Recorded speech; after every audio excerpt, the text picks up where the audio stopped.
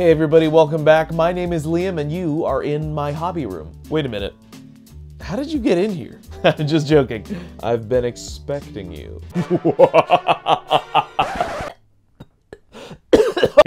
Because today we're continuing with part 2 of our 3-part series of customizing our entry-grade RX-78-2 Gundam. If you missed part 1 of this series, click on the card at the top of the screen where you can go and watch me do basic assembly, talk about some tools and supplies, do some closing seam lines, I did that, and covering epoxy putty and plastic putty to fix up your kit and make it look real nice. And in this part 2 video, we're gonna do some scribing and some photo-etch parts. I'm gonna cover some tools to get the job done. I'm gonna talk about how to do scribing, freehand scribing, and scribing with guide tape, which you can totally do or you can not do. It doesn't really matter. It's up to you, whatever you wanna do. Whatever you wanna do. I don't really know what that was. Remember, if you enjoy Gunpla content, you can like this video and subscribe to my channel for more of it. And if you want to get some Gunpla for yourself, you can get 10% off all regular release kits at bchobbies.com if you use my special coupon code LHR10. And with that said, let's get on to the meat of the video. Continuing with our build, we'll first be adding some photo-etch parts to our assembled model kit. I really enjoy using photo-etch parts. They're a great way of adding detail to your model kit that stands out and catches the eye. Sometimes people like to put them on after you've painted in certain areas for that little glint of metal, which I do sometimes, and then sometimes I put them on before I paint, so I might be doing a mixture here. But right now, all this stuff's going to be painted over, so it's going to essentially look like it's meant to be there. There are loads of different aftermarket parts you can get, and the company MADWORKS actually makes a set of parts specifically for this model kit. So that's where we're going to start today. I'm going to talk about some of the tools we're going to use today. First, we're going to start with my pair of tweezers. This is, as you can see, it's quite sharp. It's a sharp pair of tweezers, but it's actually quite thick as well. It's from Mr. Tools, which is from Mr. Hobby. It's the Mr. Precision tweezer set, which comes with a little jelly grip on the side, and as you can see, there are some beveled edges. These are really handy when picking up metal parts. I've also got a SCRIBER here from HASEGAWA. It's from their TRYTOOL line. It's a really nice SCRIBER. It's quite lightweight, so what I use this one for is a lot of like planning, so I plan out my scribes with this one. It also comes with a little honing block as well, so if you ever accidentally end up bending the tip a little bit, you can align it with this little honing block. So I've also got my TAMIYA plastic SCRIBER too. It's a slightly more heavy-duty SCRIBER. It's kind of unwieldy in some areas, so I use this one for larger scribes, and I also use it quite a bit to cut plastic sheeting. It's got some extra blades here in the handle, so you can swap out blades if you need to. And now we've got some adhesive. So this is Micro Crystal Clear. It is a clear, drying plastic adhesive. It's really great, but for photo etch stuff, it's good for the small pieces, not so much for the big pieces. For those bigger ones, we're going to be using some cyanoacrylate or CA super glue. And here are 2 more CA glues that I'll be using. One of them is a black glue. It's rubberized, so it's actually quite strong. I use it mostly for resin. And then this other one here, the clear one from BSI, is most likely what I'm going to be sticking with for this build. And if you're looking for any of these products, you can get them down in the description below. So we're about to start applying our photo etch pieces. So we're gonna pick out which ones we know we're gonna use and figure out where they're gonna go. And then just use your tweezers and peel them off the backing. Now some pieces come off a sticky backing, some of them are attached via tiny little gates, just like you'd see on a plastic kit.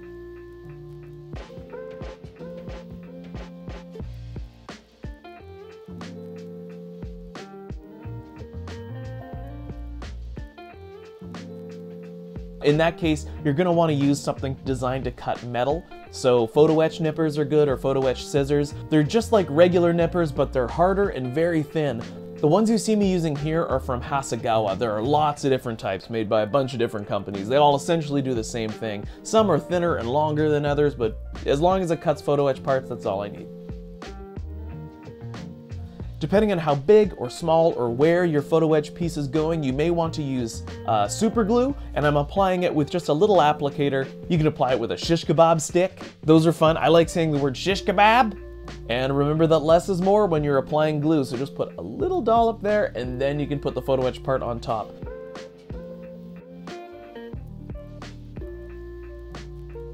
Something I'm not using here that I probably should have been using is my little wax pencil. It's really easy to lose track of your Photo-Etch pieces, and if you're holding one with tweezers and you accidentally squeeze a little bit too hard, you're going to hear a little ping, and it's going to fly off across the room and you'll never find it again. So a wax pencil helps that, and I probably should have been using one because you might see me lose a piece somewhere in this thing.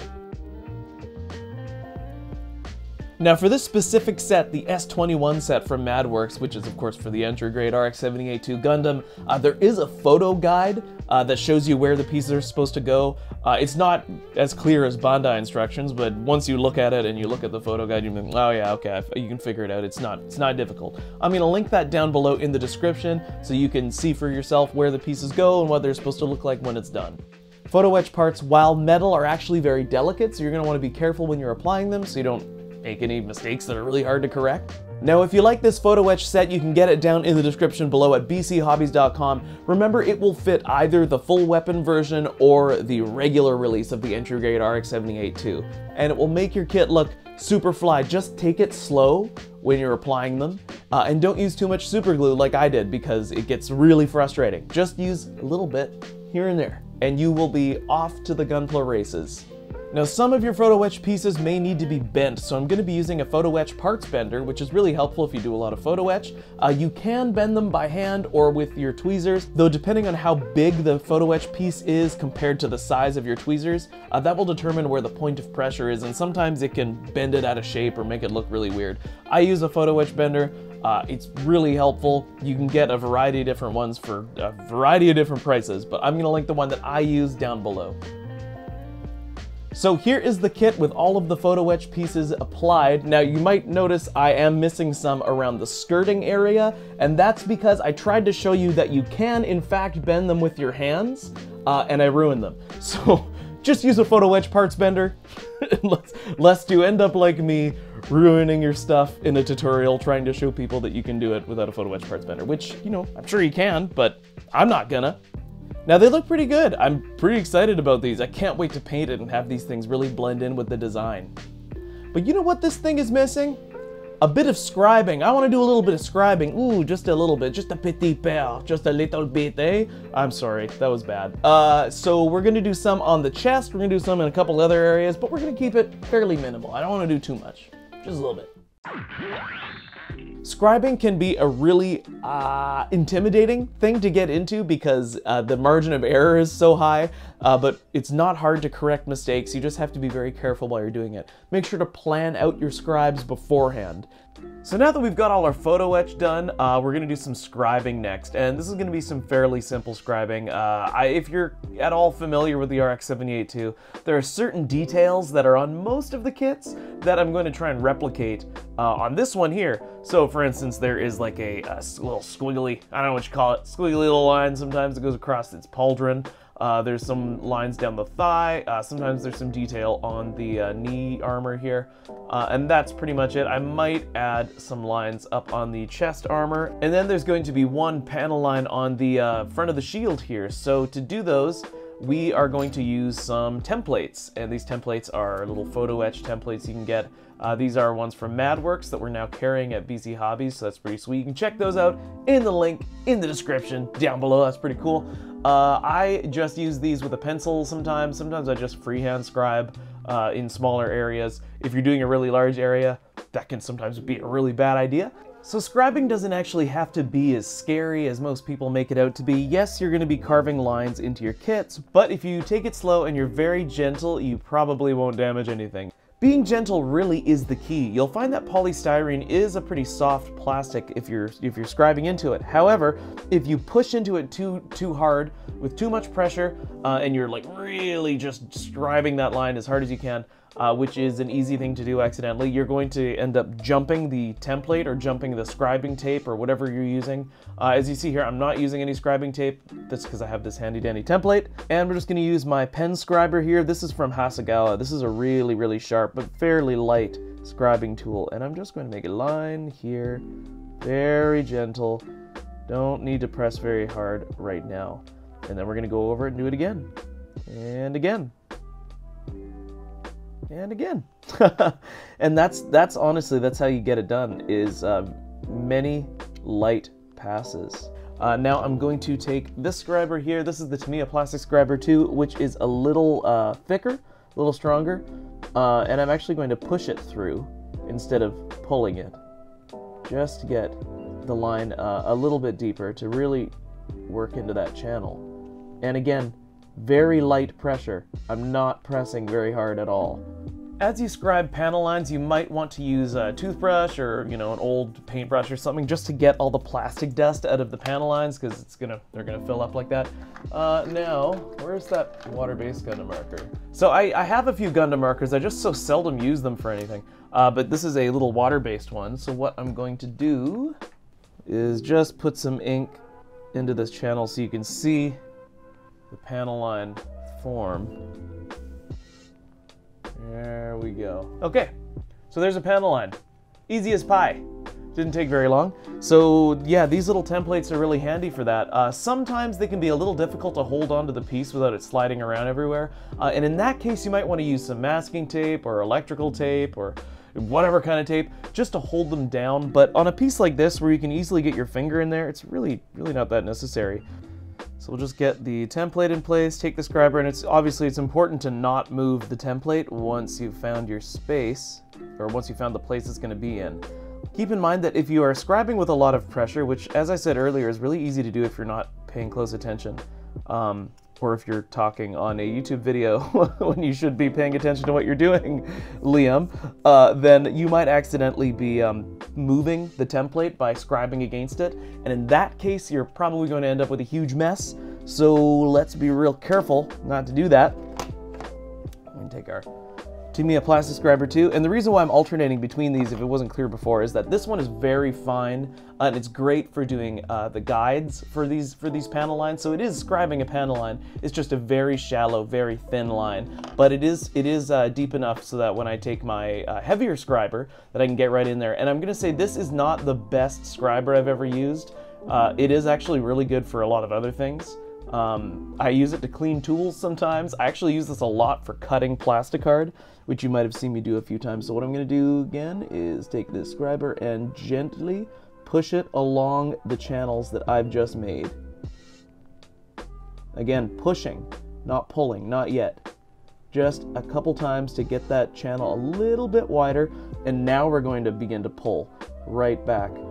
And as you can see, because the blade is like a hook, it creates a very sharp angled pull for you right here. There we go, that's nice. Looks pretty good. These are not the best scribed lines that I've ever done, because it's kind of hard to do this when you're behind a camera. I've never scribed from behind a camera before, and I gotta say, I don't enjoy it. So I'm suffering for you guys. I'm doing this for you. The reason I like to show these kinds of techniques on this channel is because I don't want someone to look at Gunpla and think it is this insurmountable task of like, oh, he did all the scribing, he did armor separation, he did all these cool things, and think it's super hard to do. It's not. It just does take some practice, and it takes the right tools. You just have to know what you're using and how to use it. So I recommend, if it's your first time scribing, take some junk plastic and just scribe some panel lines on it, just so you can see how your scribers behave on the plastic. I think that's a really good idea. So sometimes freehand scribing can be really good, and we're gonna try it right here in front of the camera. So if I make a mistake, you'll get to see what that's like too. So I'm going to scribe downwards a little bit, just like this, from the corner. And as you see, I'm just using my hobby knife very gently, because my thumb's right under it. Don't want to slice into that like I've done many times. Make a line that way, and then find the end of that and make a line again. And then we're going to come around the side here, and I'm just going to press downwards with the blade. You're really making more indentations than anything else. Don't worry if your panel lines aren't deep or perfect looking yet. Just focus on getting them straight and doing what you want them to do first, and we can do all the rest later. So let's just scribe. Same thing I did on that side. And then again, line up your cut before you cut, so measure it out with your eyes or with tape or whatever. If you're comfortable doing it this way, you can do it this way. And there we go. We got some more panel lines. Now I'm going to scribe these ones a little bit deeper with my Tamiya Plastic Scriber 2, and again, as you saw on the pauldrons there, I'm pushing them through. And the reason I start with pushing is because there's going to be more resistance with the plastic because the channels aren't as deep yet, and I want to widen them, and every push does that. We can now go through and pull once we're done with our initial pushes. Pushes? That's a word, right?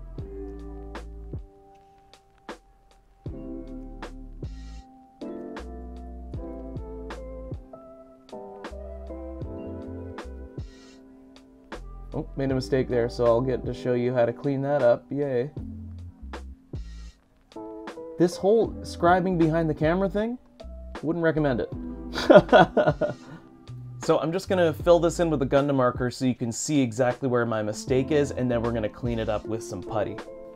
So we're gonna take this ink pen, and these Gundam markers here, this is the pour type marker, and it's a water-based ink. So it is really easy to clean up. It's just, you're probably gonna wanna wait for it to dry first before you do that. You can clean it up with any paint thinner. Let me just cap this and I'll show you where my mistake is. So as you can see, when I was scribing, I went over the line just about here. So it was supposed to go up and I went this way. That's totally fine. What we're gonna do is we're gonna take some plastic putty, which you know I use a lot on this channel, I really like it. This stuff here, and we're just gonna fill in that area, and then once it's cured, we'll sand it down and it will be like it was never there to begin with. So that's pretty great. We're gonna take our plastic putty and just cover up the spot here and make sure to get it in the panel line, not just on top of it, so it'll sink down. Mind you, this lacquer-based putty will shrink as it cures, so it's not like you'll be it's not like you're totally out of luck if you don't kind of get it all the way down, because it will probably sink down there. Now there's some kind of damage on this part here. Just gonna clean that up myself. There we go. So we're gonna set that aside, wait for that to cure, and then we can continue. Now I'm going to scribe onto the shield here, so I've kind of worked out how I want my line to go. When it reaches this point, it's gonna go up again that way. So we're just going to start there. And want to make sure it's nice and flat. So that's one thing that can kind of throw people off when you start doing any scribing, is that if you are scribing on a flat surface, it's really easy. But it can be a little tricky if you're scribing on a curved surface. So we're going to take this very slow, very gentle, to about here. And mind you, a lot of these I'm kind of eyeballing, which, like, you know, isn't the best thing to do if you're not very certain as to where your line's going, but I'm pretty sure I know where my line is going. There we go. Now we're just gonna flip it to this side here, use the exact same line. There we go. You can see that little, looks like a little smiley face. Isn't that fun? Okay. Then I'm just going to add one down here, like so. This one's going to be a little easier because we have a guide to line it up with, and that's just the edge of the shield here. But we want to make sure that it is straight. Scribe that in. And again, if you're having trouble holding your template in place, make sure to tape it down. Right now I've got a pretty firm grip on mine, so I'm not too worried. But this could easily go sideways, so that's something to keep in mind, right? There we go, and now we're just gonna continue that down this way, but because it's just a straight line that's gonna go across, what I'm gonna do is line up my hobby knife with that mark and just gently press it into the surface of the plastic so we can get a little line there. And then we can just follow this line with the plastic scriber. Hold the thing steady, scribe it, and film at the same time. That's something I'm gonna have to practice for sure. And again, we're pushing because this panel line here that I'm doing is not very deep, so we want to gently widen the channel before we scribe towards ourselves, pulling. Scribing can be a very tedious process. I've had some scribing sessions go super well. More often than not, there is some trial and error involved, but that's also kind of the fun of it. Once you know how to, cover these mistakes up with the putty that I just showed you, then, it really does take a lot of the edge off. You know, it's so easy to go overboard with scribing, just like it is with adding decals, so I think I'm just gonna leave it like that. And here is the kit with the Photo-Etch parts and our scribing done, and you know, it's pretty minimal. Once this kit is painted and I've used some oil and weathering stuff, I think this is really going to help unify the design. I think it's gonna look really good.